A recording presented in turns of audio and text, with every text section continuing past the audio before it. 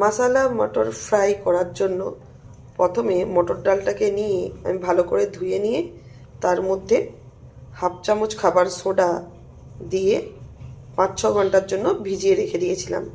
তারপর জল ঝরিয়ে নিয়ে সেটাকে ভালো করে জলটাকে একটা টাওয়েলে করে মুছে নিয়ে শুকনো করে নিয়েছি। দেখুন এইভাবে, একটুও এর গায়েতে আর জল লেগে নেই। এবার এগুলোকে তেলে দিয়ে ভাজবো।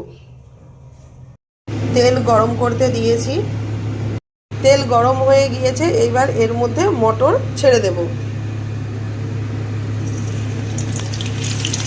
মটর দেব, যখন এগুলো ওপর দিকে ভেসে উঠবে তখনই এগুলোকে ছেঁকে তুলে নিতে হবে। এই যে দেখুন ভেসে ওপরের দিকে উঠছে। যখন এইরকম সমস্ত ডাল ভেসে ওপরের দিকে উঠবে তারপর এটাকে তুলে নিতে হবে। এইভাবে সমস্ত ডালকে আমি ভেজে তুলে নেব।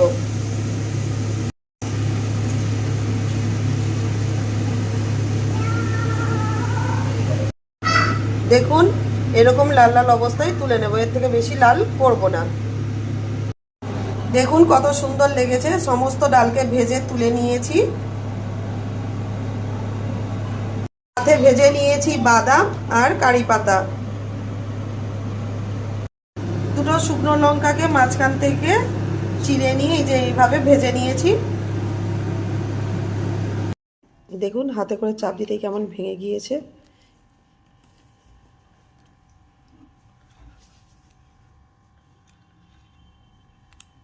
এই দেখুন হাতে করে চাপ দিলেই ভেঙে যাচ্ছে। কতটা মুচমুচে হয়েছে এটা।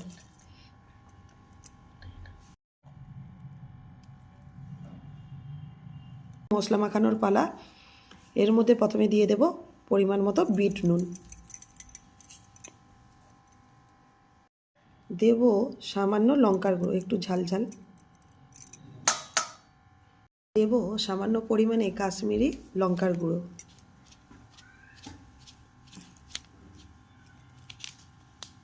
দেব ভেজে রাখা কারি পাতা, বাদাম আর এই যে দুটো শুকনো লঙ্কা একসঙ্গে যে ভেজে রেখেছিলাম সেটা দিয়ে দেব।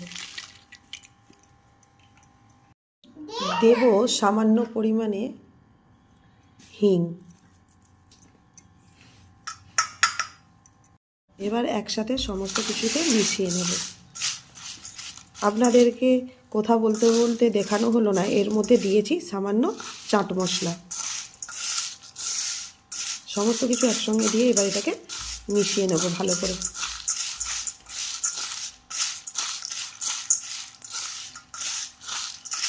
এটা গরম, তাই গরম গরম অবস্থাতেই এটা মাখিয়ে নেব।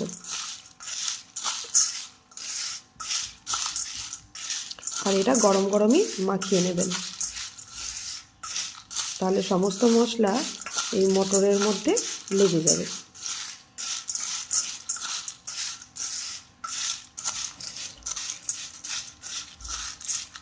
দেখুন সমস্ত মশলা একসাথে মিশিয়ে নিয়েছি, কত সুন্দর লেগেছে। একদম দোকানের মতো লেগেছে দেখতে, কিন্তু টেস্ট অপূর্ব হয়। আপনারা অবশ্যই একবার এইভাবে বাড়িতে বানাবেন আর কেমন লেগেছে অবশ্যই জানাবেন। এটা খেতে যতটা মুচমুচে ততটাই সুন্দর, স্বাদও হয় সুন্দর। দেখুন কতটা সুন্দর লেগেছে। এই যে দেখুন সমস্ত মশলা মটরের মধ্যে সমানভাবে মিশে গিয়েছে। আর দেখতে দেখুন কতটা অপূর্ব লেগেছে।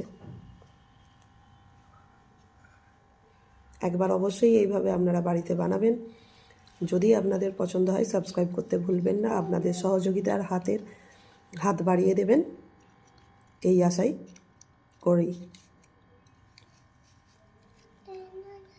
কেউ বাড়িতে আসলে এটা আপনারা দিলে কেউ বুঝতেই পারবেন না যে এটা বাড়িতে বানানো।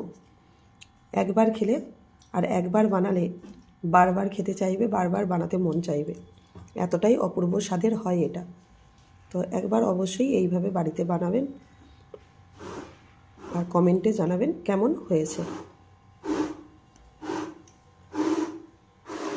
এটাকে কন্টেনারের মধ্যে স্টোর করে নিচ্ছি। আপনারা এইভাবে বাড়িতে স্টোর করে রেখে দিতে পারেন।